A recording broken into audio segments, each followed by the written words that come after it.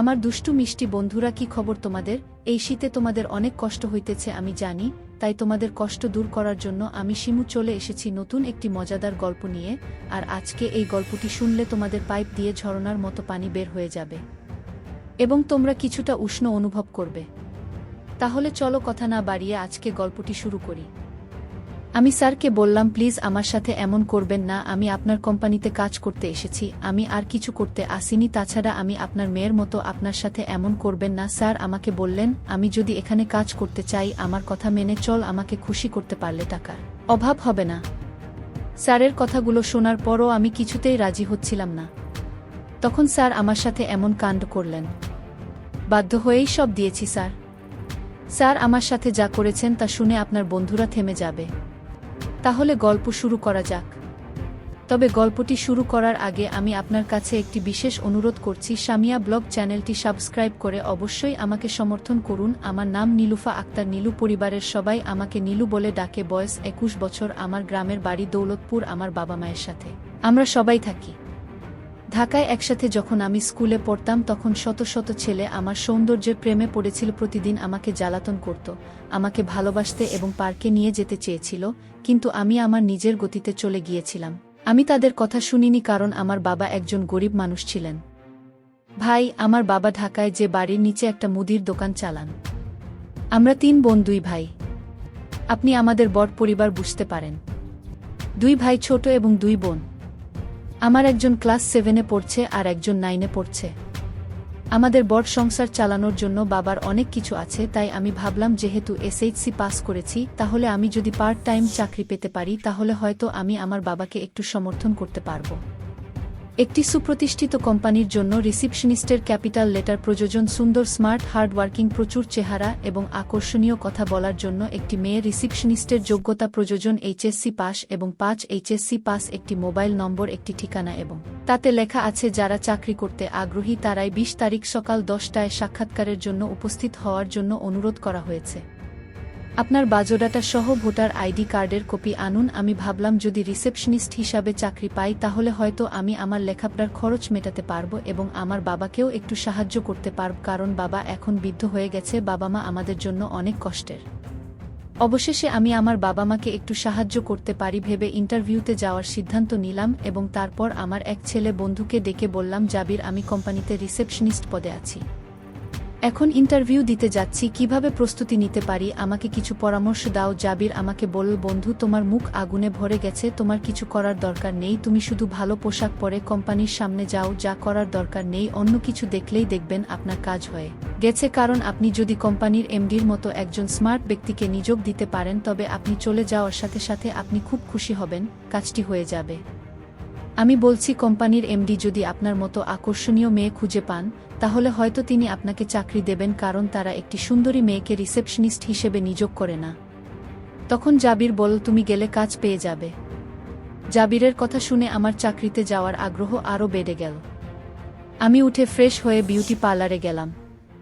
সেখান থেকে আমি একজোড়া জিন্স এবং টি শার্টে খুব সুন্দর করে সাজিয়েছি যাতে আমাকে আকর্ষণীয় দেখায়। কোম্পানির এমডি তার মাথা ঘুরিয়ে দেন। আমি আমার অনেক পুরুষ বন্ধুর কাছ থেকে শুনেছি যে এমন পোশাক পরলে শালীন দেখায়, তাই নিজেকে এমনভাবে প্রস্তুত করেছিলাম যে কোম্পানির এমডি মাথা ঘুরিয়ে আমাকে চাকরি দিতে বাধ্য হবেন, কারণ আমি জানতাম যে কোনো রিসেপশনিস্টের পদ নেই। বট কোম্পানি সুন্দর এবং আকর্ষণীয়, কোম্পানি ভাড়া করে না, তাই আমি সেরকম পোশাক পরে রোমান্টিক মন নিয়ে ইন্টারভিউ দিতে এলাম। কিন্তু আমি ভাবলাম আমার নিখুঁত জীবনের প্রথম ইন্টারভিউ, তাই খুব ভয় পেলাম। তারপর ইন্টারভিউ শুরু হলো, আমি আমার সিরিয়াল পড়লাম, 4 জন আমাকে ডাকল। 4 জনের পর আমি স্যারের রুমে ঢুকলাম এবং বললাম, স্যার আমি আসতে পারি? স্যার বললেন, হ্যাঁ আসুন। তাহলে আমি বললাম, স্যার বসতে পারেন? স্যার তিনি বললেন, হ্যাঁ বসুন। আপনার নাম কি? আমি বললাম, স্যার আমার নাম নীলুফা আক্তার নীলু, কিন্তু সবাই আমাকে নীলু বলে ডাকে। স্যার বললেন, বাহ, তোমার নামটাও খুব সুন্দর, তুমি দেখতে যেমন সুন্দর তেমনি তোমার নামটাও সুন্দর। আচ্ছা নীলুফা, তুমি আমাদের এখানে কাজ করতে চাও কেন? আমাদের কোম্পানিতে কাজ করতে চাইলে দিন ও রাতের শিফটে কাজ করতে হবে। আপনি কি রাতের শিফটে কাজ করতে পারেন? আমি বললাম, স্যার চাকরিটা খুব দরকার। স্যার প্লিজ আপনি যদি আমাকে চাকরি দেন তাহলে আর আমার সংসার চিরকাল থাকবে। তখন স্যার বললেন ঠিক আছে নীলুফা, তুমি একটা কাজ করতে পারো, ভাবো তোমার কাজ হয়ে গেছে। আর শোনো, আমাদের কোম্পানির নিয়ম অনুযায়ী তোমার বেতন হবে 5,000 টাকা। আমার আর কিছু কাজ আছে, আপনি পরে বুঝতে পারবেন। আমি বললাম কি কাজ স্যার? উনি আমাকে বললেন আপনি এখানে ঘুমাবেন আর আমি এখান থেকে শুধু আপনার দুর্ঘটনার রক্ত নেব। আমি তখন চাকরি পেতে চেয়েছিলাম এবং আর কিছু না বলে সরাসরি তাকে বলেছিলাম, হ্যাঁ স্যার আমি রাজি। আমি বললাম হ্যাঁ স্যার, আমি ভাবলাম জানি। তারপর স্যার আমাকে বললেন নীলুফা, আপনার বিশেষ জায়গা থেকে রক্ত নিতে হবে, উপরে বা নিচে। আমি বললাম স্যার এটা কি করে সম্ভব? স্যার বললেন নীলুফা একটু ত্যাগ করুন। স্যার আমি এই ভদ্র কথার প্রতিবাদ করতে পারলাম না। স্যার বললেন ঠিক আছে তাহলে উপর থেকে নিয়ে যান। স্যার এখান থেকে আমার রক্ত নিয়েছিলেন। রক্ত নেওয়ার সময় স্যার ছিলেন আমার সাথে খুব খারাপ ব্যবহার করছে এবং আমি ভয় পেয়েছিলাম। আপনি আগামীকাল থেকে আমাদের কোম্পানিতে যোগ দিতে পারেন। এখানে আপনার নিয়োগপত্র, অ্যাপয়েন্টমেন্ট লেটার নিয়ে বাসায় আসলাম। আমার চাকরির কথা শুনে আমার বাবা মা ভাই বোন সবাই খুশি হয়েছিলেন। তারপর থেকে অফিসে নিয়মিত কাজ করছি। আমি কাজ শুরু করেছি প্রায় 1 মাস হয়ে গেছে। এমডি স্যার আমাকে তার চেম্বারে ডাকলেন। আমি স্যারের রুমে গেলাম। তারপর স্যার আমাকে বললেন নীলুফা, আগামী শনিবার আমাদের কোম্পানির বার্ষিকী, তাই আমরা আমাদের কোম্পানির একটি অনুষ্ঠানের আয়োজন করেছি এবং সেখানে দেশ বিদেশের অনেক অতিথি আসবে এবং আপনাকে উপস্থাপনা করতে হবে সেখানে। আমি বললাম হ্যাঁ স্যার, তাহলে শনিবার আমাদের কোম্পানির বার্ষিকী অনুষ্ঠানে আসবেন। এবং স্যার আমাকে বললেন খুব ভালো সাজগোজ করতে, কারণ অনেক দেশি বিদেশি অতিথি এখানে আসবে। আমি শাড়ি পরে অনুষ্ঠানে গিয়েছিলাম। আমি অনুভব করেছি যে সেদিন আমাকে খুব আকর্ষণীয় লাগছিল। আমি গিয়ে প্রেজেন্টেশনের কাজ করেছি এবং সেখানে এমডি স্যার সহ অনেক বিদেশি অতিথি ছিলেন। অনুষ্ঠান উপলক্ষে স্যার অনেক বিদেশি ক্রেতাকে আমাদের কোম্পানিতে আমন্ত্রণ জানিয়েছিলেন। তাদের মধ্যে 7 জন নামী বড ক্রেতা ছিল আমাদের কোম্পানির বার্ষিকী অনুষ্ঠানে এসেছেন। তারা দেখতে অনেক বড় মানুষ। আমার মনে হয় হেভি শক্তিশালী, খুব শক্তিশালী।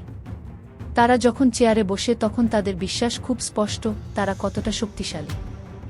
অনুষ্ঠান চলাকালীন দেখলাম একজন বিদেশি ক্রেতা আমার দিকে খুব আকৃষ্ট।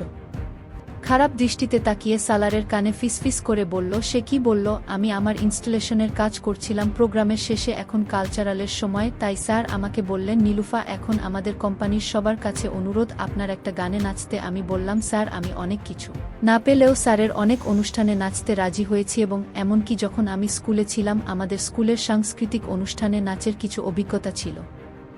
আমি বিভিন্ন ভঙ্গিতে নাচতে শুরু করলাম এবং বিদেশিরা আমার দিকে কৌতূহলী চোখে তাকাচ্ছিল, কিন্তু আমি নাচতে শুরু করলাম নিজের মতো করে সবাইকে খুশি করতে এবং এভাবেই আমাদের অনুষ্ঠান শেষ হল। শো শেষে এমডি স্যার আমাকে বললেন, মিস নীলুফা, আজ আপনার অভিনয় খুব ভালো।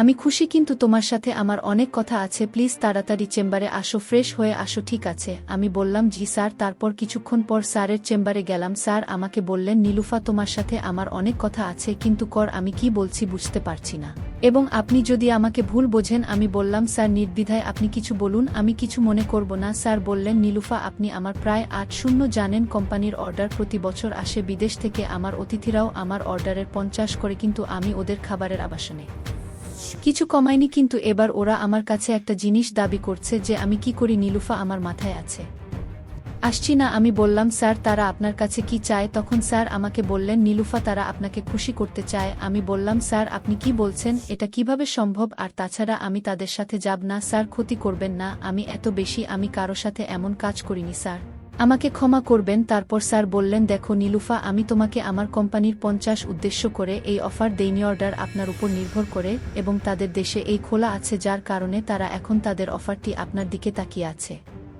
তুমি রাজি না হলে ওরা আমার সব অর্ডার বাতিল করে দেবে আর কোম্পানির বড় ক্ষতি হবে। নীলুফা, আমি তোমাকে হাত জোড় করে বলছি, প্লিজ আমার কোম্পানিকে রক্ষা করো, বিনিময়ে আমি যা চাই তোমাকে দেব। স্যার বললেন, দেখো নীলুফা, হয়তো তুমি পাবে না জীবনে আবার সুযোগ। নীলুফা, তুমি 7 দিন সময় দাও মানুষকে, বিনিময়ে 7 লাখ দেব।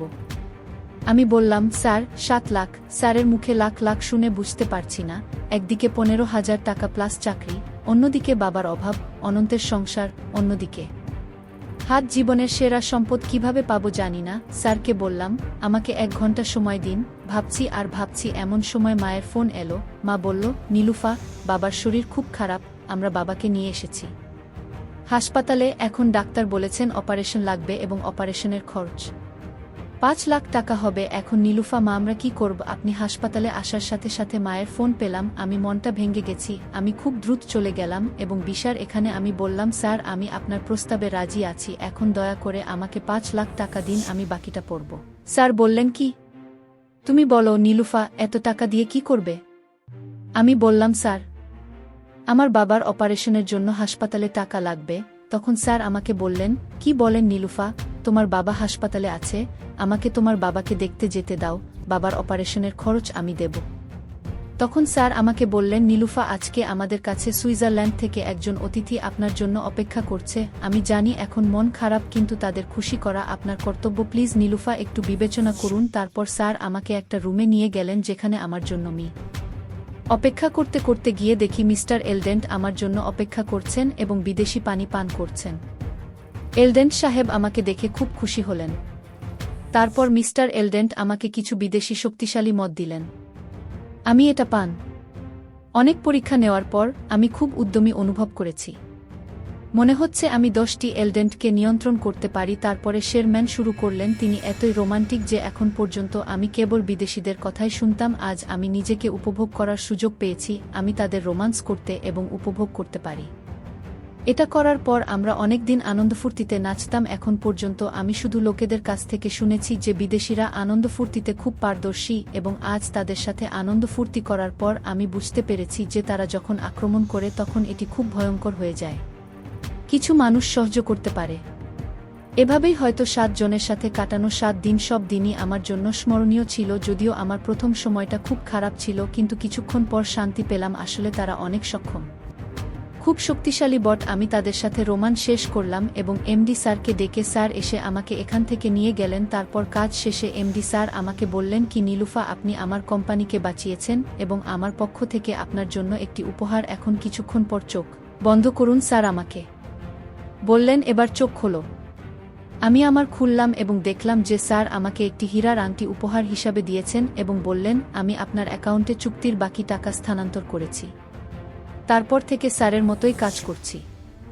সবার চোখে আমার কাজ শুরু হলো। তারপর কিছুক্ষণ পর আমার বাবা মা আমাকে একটা ছেলে দিয়ে দিল। ছেলেটা খুব দুর্বল, আমি তার কাছ থেকে কিছুই পাই না। সে আমাকে আমার দরকারের কিছু দিতে পারে না, কারণ আমি খুব বেশি ভাবলাম সে অভ্যস্ত ছিলাম, মনে হয় শান্তি পাব না, তাই আমি তাকে তালাক দিয়ে চলে গেলাম। এবং ডিভোর্সের পর আমি আমার এমডি স্যারকে আবার ফোন করলাম, স্যার আমি আবার আপনার সাথে কাজ করতে চাই, আমার অনেক চাহিদা আছে যা তুমি ছাড়া কেউ পূরণ করতে পারবে না। তখন আমার স্যার বললেন, নীলুফা তোমার জন্য এই কোম্পানির দরজা সারা জীবন খোলা, কিন্তু নীলুফা আজ তোমাকে একটা সত্যি কথা বলি, কেন জানি তোমার বিশেষ জায়গা থেকে রক্ত নিয়েছিলাম। সেদিন আমি বললাম না স্যার, কারণ এই যাত্রার প্রথম দিনেই আপনি আমার টার্গেট ছিলেন এবং বিদেশিরা আমাকে বলেছিল যাদের দ্বারা এই কাজ করো না তাদের রক্ত পরীক্ষা করতে, কারণ তারা খুব সচেতন এবং যাদের রক্ত খাঁটি তাদের নিয়ে খুশি। টাকার ধন আমরা আমাদের কাজ চালিয়ে যাচ্ছি। তারপর থেকে আজও আমি দেশের প্রতীক শত শত মানুষকে খুশি করতে প্রতিদিন। জানি না এই রাস্তার শেষ কোথায়, আর এতে কি এই জীবনের প্রবাহ বন্ধ হবে। বন্ধুরা, আমার ছোট্ট একটি প্রশ্ন আপনার জন্য, এই গল্প থেকে আপনি কি শিখতে পারেন? বন্ধুরা, তোমরা যারা পুরো গল্পটি শুনেছ তাদের জন্য অসংখ্য ধন্যবাদ। পরবর্তী পর্বে আমার নাম্বার দেওয়া হবে এবং তোমরা সবাই আমার সাথে ভিডিও কলে কথা বলতে পারবে। শুধুমাত্র যারা আমার ভিডিওগুলো সম্পূর্ণ দেখবে তারাই আমার নাম্বার পাবে।